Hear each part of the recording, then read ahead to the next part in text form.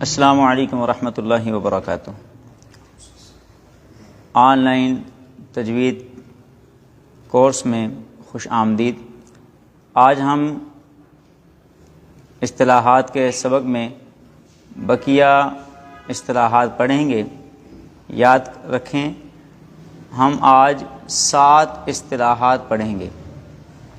ان میں سے 3 کا تعلق ہمارے حلق سے ہے، 2 کا تعلق ہمارے ہونٹ سے ہے، اور 1 ہمارے گلے میں زبان کی جڑ کے پاس، اور 1 کا تعلق ہمارے ناک کے اندر خالی حصے سے ہے۔ پہلے ہم اپنے جو 3 اصطلاحات ہیں ان کو پڑھتے ہیں۔ دیکھیں یہ جو گلا ہے اس کے 3 حصے ہیں۔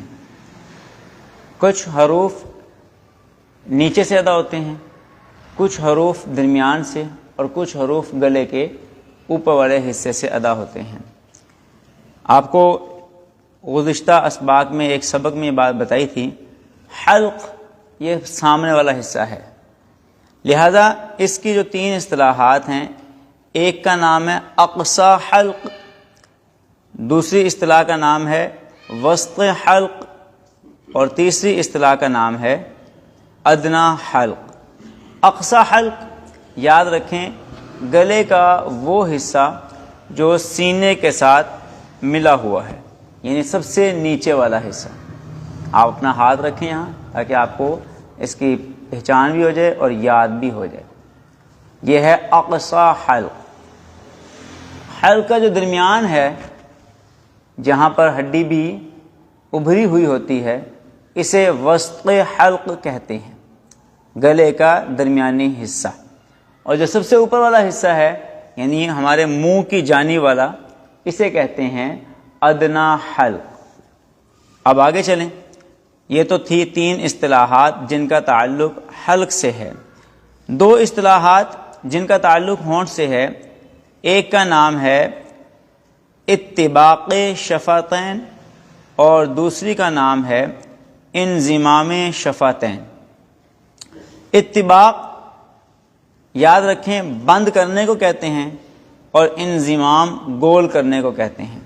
اتباق شفتین جب آئے تو فوراً آپ کو یہ بات ذہن میں آ جائے کہ اتباق شفتین کا مطلب ہے ہونٹوں کا بند کرنا۔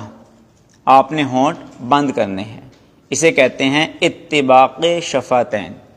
اور انضمام شفتین کا مطلب ہے ہونٹوں کا گول کرنا۔ اب میری طرف دیکھیں، یہ میرے ہونٹ بند ہیں، یہ ہے اتباق شفتین۔ اور ہونٹوں کا گول کرنا، یہ ہونٹوں کا گول کرنا یہ ہے انضمام شفتین۔ تو یہ 2 اصطلاحات جن کا تعلق ہونٹ سے تھا یہ آپ نے پڑھی۔ اس کے بعد 3 وہ 2 یہ 5۔ اس کے بعد 6ٹھی اصطلاح جو میں نے عرض کی تھی جس کا تعلق زبان کے جڑ کے قریب سے ہے، اس اصطلاح کا نام ہے لحات۔ یعنی لحات کیا ہے؟ تو جواب اس کا یاد رکھیں، حلق کی طرف تعلق کے آخر میں نرم حصہ۔ آپ اس کو یوں سمجھیں، یہ آپ کی زبان، یہ اس کی جڑ ہے، اور جڑ کے اوپر یہ جو اوپر والا حصہ ہے آپ اس کے پاس دیکھیں گے، منہ کھول کے آپ نوٹ کریں اس چیز کو، اگر آئینہ میں دیکھیں، ایک گوشت کا چھوٹا سا ٹکڑا وہ لمکا ہوا ہوتا ہے، اس کے قریب والے اس حصے کو لحات کہتے ہیں۔ یہاں سے کچھ حروف ادا ہوتے ہیں، انشاءاللہ جب ہم مخارج پڑھیں گے حرفوں کے تو وہاں اس بات کو آپ مزید سمجھ لیں گے۔ آخری اصطلاح ہے ہماری ناک کے اندر والا حصہ، اس اصطلاح کا نام ہے خیشوم۔ یہاں سے بھی کچھ حرفوں کی ایک مخصوص آواز ادا ہوتی ہے، وہ انشاءاللہ مخارج میں ہم پڑھیں گے۔ اس اصطلاح کا نام ہے خیشوم۔ تو خیشوم کا جب لفظ آئے تو آپ کے ذہن میں فوراً یہ بات آ جائے کہ ناک کا یہ کچی ہڈی کے پاس اندرونی حصہ، اس کو ہم خیشوم کہتے ہیں۔ اسی کے ساتھ ہماری یہ 7 اصطلاحات کا سبق مکمل ہوا۔ کچھ چیزیں وہ مخارج کے بیان میں آئیں گی تو انشاءاللہ اس کی وضاحت ہم وہیں پر کریں گے۔ اب ہم سورۃ الکوثر کی تلاوت کی مشق کرتے ہیں۔ گزشتہ اسباق میں آپ نے سورۃ الاخلاص اور سورۃ الفاتحہ کی مشق کی تھی، آج ہم سورۃ الکوثر کی مشق کرتے ہیں۔ پھر عرض کرتا چلوں، یاد رہے ان چیزوں کو پڑھ لینے کے بعد، یعنی تجوید کی بنیادی باتیں اور بنیادی چیزوں میں اصل مخارج اور صفات ہیں۔ یہ جو آپ اصطلاحات پڑھ رہے ہیں یہ ان کو سمجھنے کے لیے مبادیات آپ ان کو کہہ لیں۔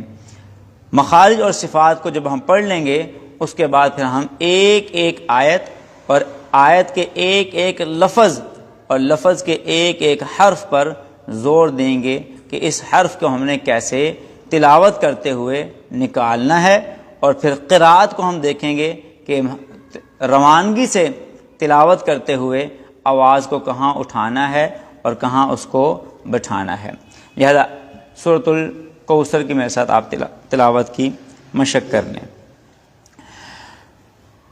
اعوذ باللہ من الشیطان الرجیم،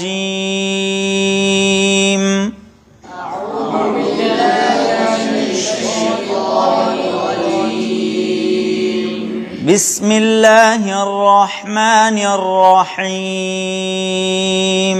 بسم اللہ الرحمن الرحیم، انا اعطیناک الکوثر،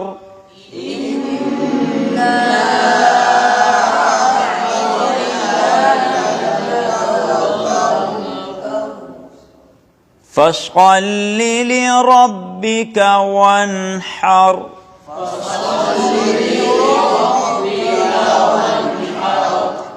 إن شانئك هو الأبتر،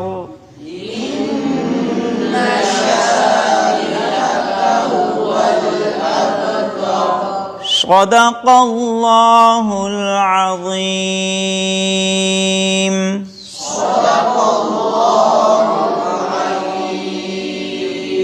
اسی کے ساتھ اجازت دیں، کل انشاءاللہ نئے سبق کے ساتھ حاضر ہوں گے۔ السلام علیکم ورحمۃ اللہ وبرکاتہ۔